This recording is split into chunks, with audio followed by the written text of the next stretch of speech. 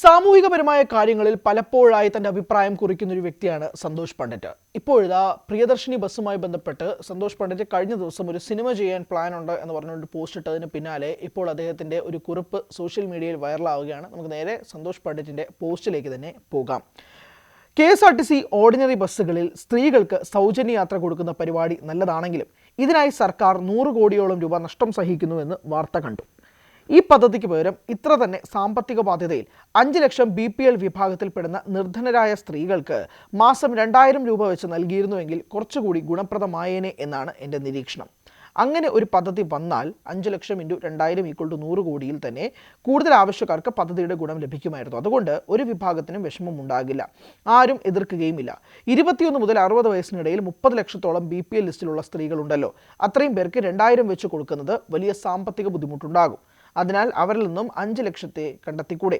അവരിൽ വിവാഹം കഴിയാത്തവരും അസുഖബാധിതരും വികലാംഗരും സ്വന്തമായി വീടോ 5 സെന്റ് സ്ഥലം ഇല്ലാത്തവരും ഡിഗ്രി വിദ്യാഭ്യാസം ഉണ്ടായിട്ടും ജോലി ഇല്ലാത്തവരും 10,000 രൂപയ്ക്കും താഴെയുള്ള ശമ്പളത്തിന് ജോലിക്ക് പോകുന്നവരും ഭർത്താക്കന്മാർക്ക് തീരെ അസുഖം ബാധിച്ച് ജോലിക്ക് പോകുവാൻ കഴിയാത്തവരെയും കണ്ടെത്തി 30 ലക്ഷത്തിൽ നിന്നും 5 ലക്ഷത്തെ കണ്ടെത്തി നൽകിയിരുന്നുവെങ്കിൽ നല്ലതല്ലേ? ഏതാണ്ട് ഇപ്പോൾ നൽകുന്ന സൗജന്യ യാത്രയുടെ മറ്റൊരു രൂപമാകില്ലേ? അതും തീർത്തും അർഹർക്ക് തന്നെ കിട്ടും.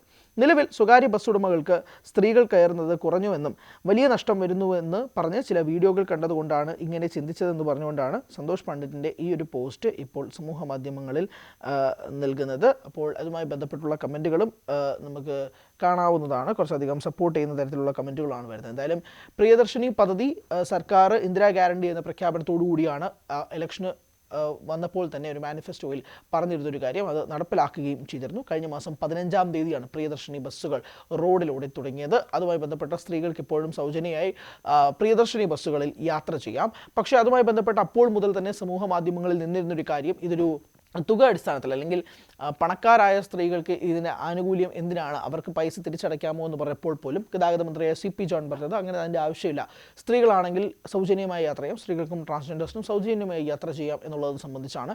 അതുമായി ബന്ധപ്പെട്ട് സമൂഹത്തിൽ ഇപ്പോഴും 2 പക്ഷത്തായിട്ട് നിൽക്കുന്ന ആളുകളുണ്ട്. എന്തിനാണ് സ്ത്രീകൾക്ക് മാത്രമായി എന്ന് പറയുന്ന ഒരു വിഭാഗം ആളുകളുണ്ട്. നേരെ മറിച്ച് സ്ത്രീകൾക്ക് അത് ആവശ്യമാണ്, ആ പൈസ കുടുംബത്തിലേക്ക് കിട്ടുമെന്ന് മുഖ്യമന്ത്രി VD സതീശൻ പറഞ്ഞ വാചകങ്ങൾ അടിവരയിട്ടുകൊണ്ട് തന്നെ പല വിഭാഗം ആളുകൾ അതിനെപ്പറ്റി അനുകൂലിച്ചുകൊണ്ട് സംസാരിക്കുകയും ചെയ്യുന്നുണ്ട്. അതിനൊക്കെ പിന്നാലെയാണ് ഇപ്പോൾ ഇങ്ങനൊരു ആശയവും കൂടി നടനായ സന്തോഷ് പണ്ഡിറ്റിൻ്റെ ഭാഗത്തു നിന്നും ഉണ്ടാകുന്നത്.